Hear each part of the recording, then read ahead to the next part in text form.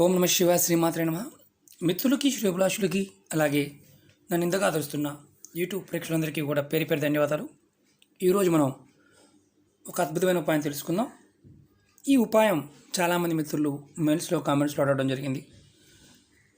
మేము అప్పుగా ఇచ్చిన డబ్బులు మాకు తిరిగి రావడం లేదు, మేము వృత్తిపరంగా ఉద్యోగాల్లో ఉన్నాం, మేము కంపెనీల్లో పనిచేస్తున్నాం, కానీ కొన్ని సంవత్సరాలు బాగానే డబ్బులు ఇచ్చారు, కొన్ని నెలలు బాగానే ఇచ్చారు, తర్వాత ఈ వైరస్ వచ్చిన తర్వాత నుంచి డబ్బులు ఇవ్వడం సరిగ్గా ఇవ్వడం లేదు, సగం డబ్బులు ఇస్తున్నారు, కొంతమంది మా దగ్గర ఉన్నప్పుడు ఇస్తామంటున్నారు.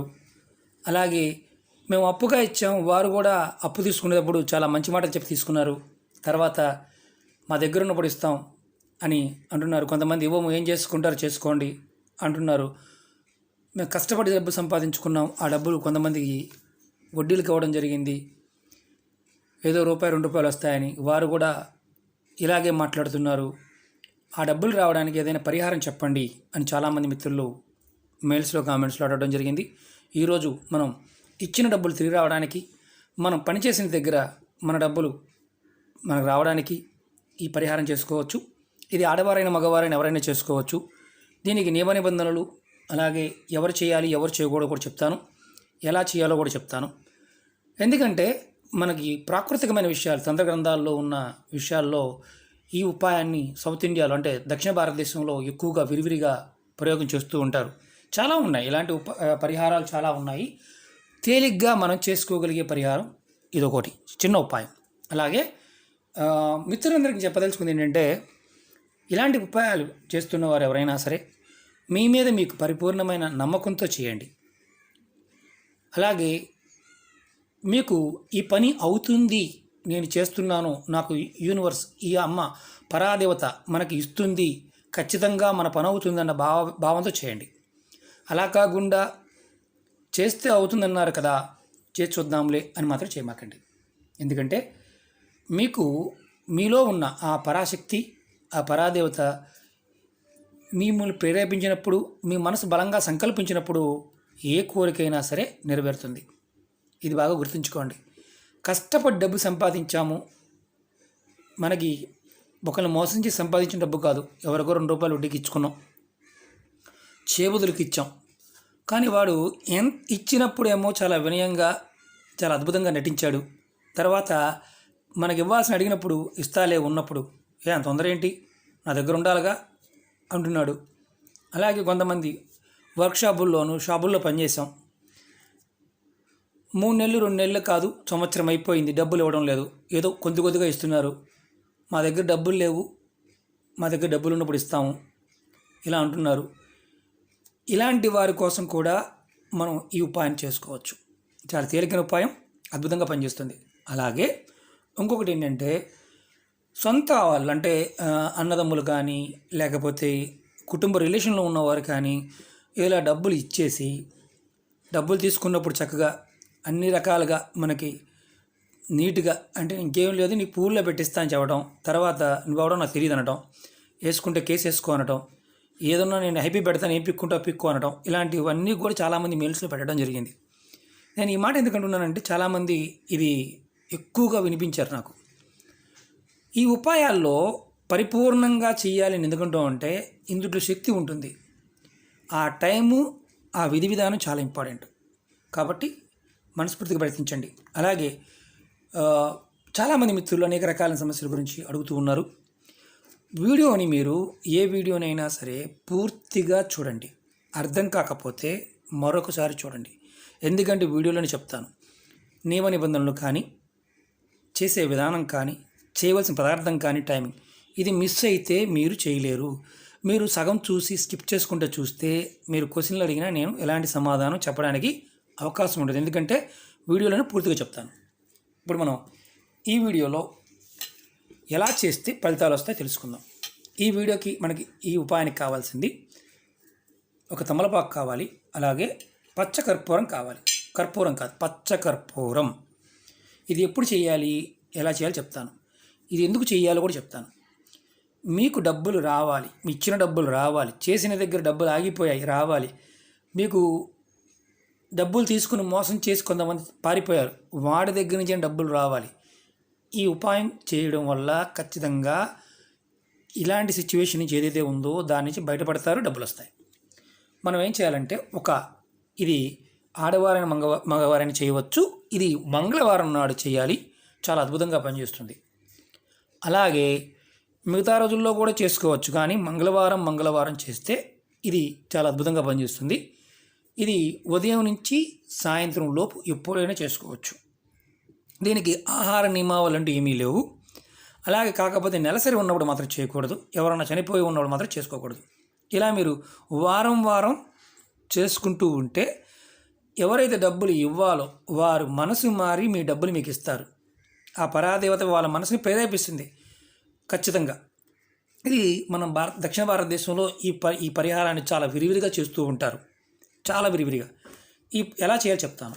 మీరు మీ ఇంట్లో మీ పూజా మందిరంలో కానీ ఎక్కడైనా సరే ప్రశాంతంగా కూర్చొని ఒక తమలపాకు తీసుకోండి. తమలపాకు పెద్దదా చిన్నదా ఏ రకమైన ఆకని తీసుకోవచ్చు. అది తమలపాకు అయి ఉండాలి. దాని మీద పచ్చగొరపారం పెట్టండి. పెట్టిన తర్వాత మీ ఇష్టదైవానికి కానీ మీ కులదైవానికి కానీ మనస్ఫూర్తిగా తలుచుకోండి. ఎవరైతే మీకు డబ్బులు ఇవ్వాలో ఆ వ్యక్తి మీకు డబ్బులు ఇవ్వడం కోసం ఈ పరిహారం చేస్తున్నాను అని మనసులో అనుకోండి. తర్వాత మీరు చూడండి జాగ్రత్తగా, ఎందుకంటే దీన్ని కాటుకు పట్టాలి. ఇలా ఆకులో పెట్టి మనం వెలిగించాలి. వెలిగించిన తర్వాత దీని కాటుకు పట్టాలి, అంటే దీని పొగని మనం కాటుకు పట్టాలి. తమలపాకు తప్పించి వేరే ఆకులో వెలిగించకూడదు. ఇలా మీరు వెలిగించిన తర్వాత ఇలా కాటుకు పట్టండి. ఇది వెలిగించినప్పుడు మీరు గుర్తుంచుకోవాల్సిన విషయం ఏంటంటే, ఎందుకంటే కొంచెం పెద్ద ప్లేట్ పట్టుకోండి, లేదంటే కాలుతుంది అనమాట. అంటే ప్లేట్ వేడెక్కుతుంది కదా. పచ్చకర్పూరం కింద ఆకులో ఉన్న రసం, అలాగే పచ్చకర్పూరం ఉన్న ఇది కూడా రెండు కూడా ఈ ప్లేట్కి పడుతుంటాయి. ప్లేట్ చేత్తో పట్టుకోవడం వల్ల నేను ఇప్పుడు చిన్న ప్లేట్ పట్టుకున్నాను మీకు చూపించడం కోసం. కాలుతూ ఉంది. నేను ఆల్రెడీ చూడండి ఇలా మసి వస్తుంది, చూసారు కదా, ఇలా మసి వస్తుంది. ఈ మసిని ఏం చేయాలో చెప్తాను. ఈ ఆకులో ఉన్న రసం అలాగే పచ్చకర్పూరం ఉన్న రసం ఇలా బూడిదిగా వస్తుంది. దీన్ని మనం తూర్పు ముఖంగా కూర్చొని చేయాలి. ఇప్పుడు ఇది ఇలా ఉందనుకోండి, ఆకు ఎలా పెట్టాం, తొడి మన వైపు పెట్టి ఆకు ముందుకు పెట్టి పచ్చకర్పూరం మధ్యలో పెట్టి ఇలా మసి పట్టుకొని మనం ఇప్పుడు చేయాల్సిన పని ఏంటంటే ఈ తూర్పు ముఖంగా పెట్టాలి. మన మనస్ఫూర్తిగా ఎవరైతే మనకు డబ్బులు ఇవ్వాలో, కంపెనీ కావచ్చు, సంస్థ కావచ్చు, వ్యక్తి కావచ్చు, ఎవరైనా సరే మన డబ్బులు తీసుకొని మనకి ఇబ్బంది కలిగిస్తూ మన ఇబ్బంది పెట్టేవారు ఎవరైనా సరే వారి పేరు మనసులో అనుకొని తర్వాత మీరు ఇలా ఒక వైట్ పేపర్ తీసుకోండి. ఇది దేవతా మందిరంలో చేయవచ్చా అంటే చేసుకోవచ్చు. తూర్పు ముఖంగా కూర్చొని చేసుకోవాలి. ఈ ఉపాయానికి తంత్రంలో తూర్పు ముఖం కూర్చొని చేసుకోవాలి. తర్వాత మీరు ఏదైతే ఈ మసి ఉందో ఈ మసిని మీరు ఈ మధ్య వేలుతో తీసుకోవాలి. ఇలా కనిపిస్తుంది కదా మసి. ఇప్పుడు ఎవరైతే మీకు డబ్బులు ఇవ్వాలో వాళ్ళ పేరుని మీరు ఇలా రాయండి ఈ పేపర్ మీద మసితో. జస్ట్ మీకు చూపిస్తున్నాను నేను. కొంచెం ఎక్కువ పెడితే ఎక్కువ మసి వస్తుంది, మనం ఎంత కావాలని ఎంత రాసుకోవచ్చు. నేను పట్టిన మసి చూపిస్తాను. ఇదిగోండి, బాగా పడితే ఇలా ఉంటుంది తిక్కుగా. నేను ఎవరి పేరు రాయట్లేదు, ఎందుకంటే నాకు ఎవరు అప్పు లేదు. నాకు రావాల్సిన అప్పుల గురించి ఎలాగైనా ఆ పరాదేవత ఇప్పిస్తుందని డబ్బులు రావాల్సిన దగ్గర నేను బలంగా నమ్ముతాను. ఇలా పేరు రాయండి. నేను ఊరికనే మీకు ఒక ఇంటూలు వేసి చూపిస్తున్నాను. ఇలా పేరు రాయండి. పేరు రాసిన తర్వాత మీరు ఈ పేరు రాసి దక్షిణ వైపు తిరగండి. దక్షిణ దిక్కు తిరిగి మీరు ఏం చేస్తారంటే, ఇది రాసేటప్పుడు కూడా మీరు దక్షిణం వైపు తిరిగి రాయండి. దక్షిణం వైపు తిరిగి ఈ పేరు పేపర్ మీద రాయండి. ఎవరైతే మీకు డబ్బులు ఇవ్వాలో, ఎవరైతే మీకు జీతాలు ఇవ్వాలో, ఎవరైతే మీకు వ్యాపార సంస్థల్లో డబ్బులు తీసుకొని ఇవ్వకుండా ఉన్నారో వాళ్ళు డబ్బులు ఇవ్వాలని అనుకుంటూ మనసులో అనుకుంటూ ఇలా పేరు రాయండి. ఇప్పుడు ఏం చేయాలి, మనం ఈ రాసిన పేపర్ని ఏం చేయాలో చెప్తాను. మనం గుర్తుంచుకోండి, వాళ్ళ పేరు రాయండి. ఈ పేరు రాస్తున్నప్పుడు ఎవరైతే వ్యక్తి ఉన్నారో వారు ఎవరైతే ఉన్నారో పర్టికులర్గా మీరు ఇచ్చిన డబ్బులు ఇచ్చిన వారు ఎవరైతే ఉన్నారో వారి ముఖాన్ని మీరు గుర్తు చేసుకోండి. మీ మనసులో అనుకోండి, వారు నాకు డబ్బులు తిరిగి ఇస్తారు, తిరిగి ఇవ్వాలి, అని మనస్ఫూర్తిగా మనసులో అనుకోండి. ఆ వ్యక్తి ముఖాన్ని మనసులో అనుకోండి. ఈ పేపర్ని ఏం చేయాలంటే మీరు చక్కగా ఈ మసి ఏంటంటే కొంచెం అంటుకుంటుంది, గట్టిగా పోదు. చూడండి ఏలుగు అలాగే ఉంది పిలిచినా కానీ.